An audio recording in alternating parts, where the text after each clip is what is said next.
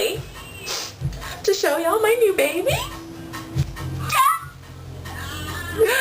I got the iPhone 3GS on Friday, opening day. I was at the AT&T store at like 7:15 a.m. and I was so happy because there was absolutely no wait for the customers who pre-ordered the phone. There was a line and I walked up and was like, oh hell to the no, I paid for my phone in advance, so I ain't trying to be up in this line. So I get in the line, I'm like, and then the guy in front of me, he was like, did you pre-order your phone? And I was like, yeah. He's like, oh, you get in that line. I was like, what line? He was like, exactly.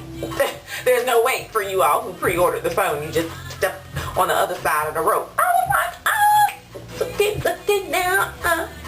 So I went right on in, got my phone.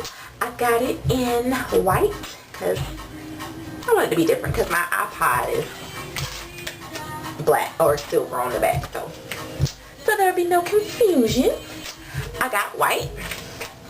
And yeah, so I'm excited. I'm really enjoying it. I've added some apps.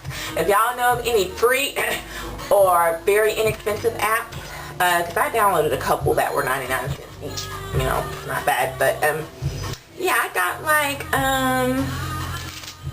about a page full of apps. So, and most of them are free, like Tic Tac Touch, Soul Free, which is like a solitaire arcade bowl. Sally's Spa was 99 cents. Scramble, this lemonade game, Pac-Man Light, Sudoku, and then I got Twitter Fun, Paper Toss. Paper Toss is hilarious with the little the people talking in the background. It's funny because I flicked the ball like way out somewhere and somebody's like, hey! I was like, oh my god, I wasn't expecting that. But yeah, cool. So I am enjoying my new phone, my new toy. Yeah, and also these aren't new, but they were products that were slapped in the back of my cabinet because, you know, sometimes as you buy stuff, your old stuff kind of gets pushed to the back. And I was looking for my Dr. Bronner's Baby Castile soap, which I still haven't found. But I found some Origins products that I bought a while ago. Like, they didn't even change the packaging on some of the stuff. So, like, this crap's been sitting. And I was looking online at the reviews for some of the stuff that I had. I was like, I paid that much for that stuff and I have been using it. What the flip? So, the things are the Modern Friction Gentle Dermabrasion. This, they don't sell in the tubes anymore, I don't think.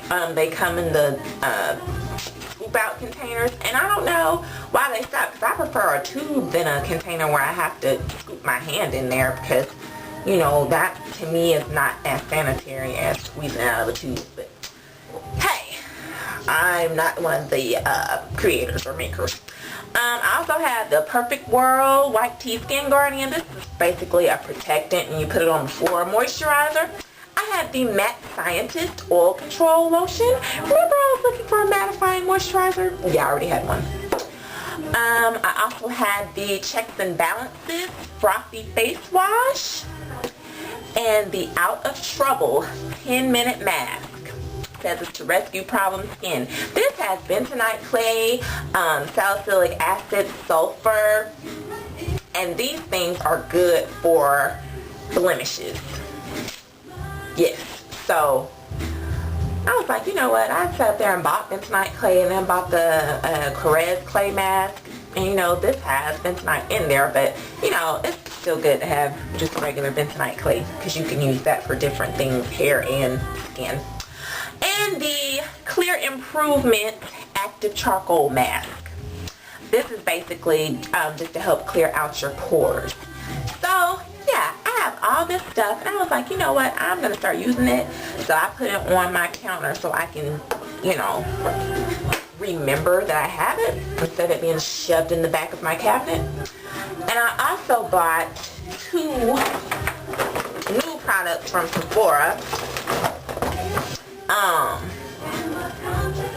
the Peter Thomas Roth Acne Control Acne Treatment Kit. I hope this stuff didn't tear up my skin, but I'm trying to get something that has some actual medication in there, but without going to the doctor, because you know, the doctors are in cahoots with these pharmaceutical companies.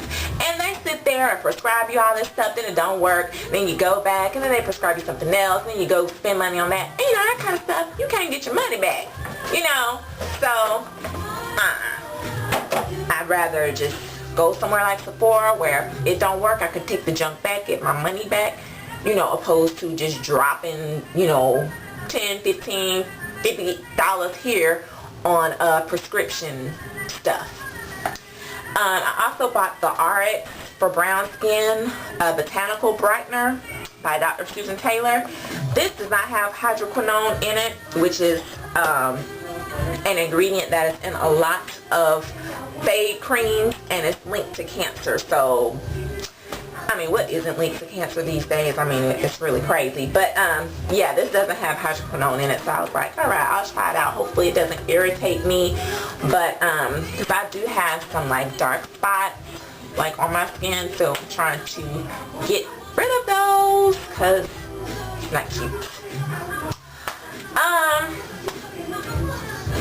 What else do I have to say?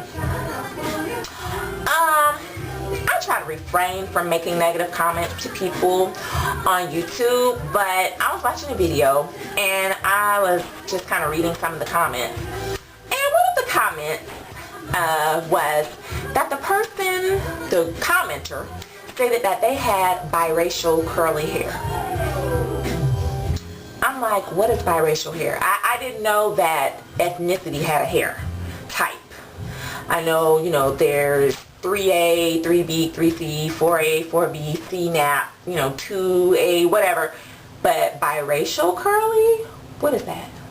So I commented, I responded and was like, there's no such thing as biracial curly hair. She responds back and is like, why not? My hair is different than my siblings because my dad is Puerto Rican. I'm like, okay. Being biracial does not mean that you're going to have a certain hair texture. I was like, I know biracial people who have kinky hair, and I know black people who have non-textured, non-kinky hair. I said, Rochelle, for example, is a YouTuber, and a lot of people have questioned her ethnicity. They have assumed that she was Dominican. They've assumed that she was mixed with something, and she actually made a video and brought up the point that, hey, I'm black. She's black. But a lot of people, like, made comments to her asking, what are you mixed with, da-da-da-da. Okay, because she has loose curls and she's light-skinned, that means that she's not black. No. I mean, it's just like, people, please. We have all kinds of hair textures. Just because we're black doesn't mean that we're going to have kinky hair. And just because you're mixed doesn't mean that you're going to have very silky, loose curls. That's not a guarantee. My mother, for example, is black, and her hair texture is like a 3B. My mother has absolutely no kink anywhere to be found in her hair. None. Her hair is very silky, and it's like silkier than this weave. Like, I mean, literally, her hair, if you rub through my mom's hair, you'll be like, what the world? I mean, because it's non-textured at all. Her curls are very, very, very, very loose. Very loose. And, so I'm like, you know, and she's light. And a lot of people ask her, you know, oh, are you mixed? She's like, no. You know, I'm like, people, just because you're light or just because you have silky, loose curls, that does not automatically put you in the non-black category. I mean, being black, most of us have things, you know, down our family line, which is why many of us, you know, come in all types of shades and have different hair textures, because a lot of times, you know, maybe a great-grandfather, you know, was another race, or, you know, I mean, that's just how it is. So there is no hair type for mixed people, okay? That really just agitated me. So anyway, that's it, you guys. For now, I think I've ranted and raved enough. So, have a good one.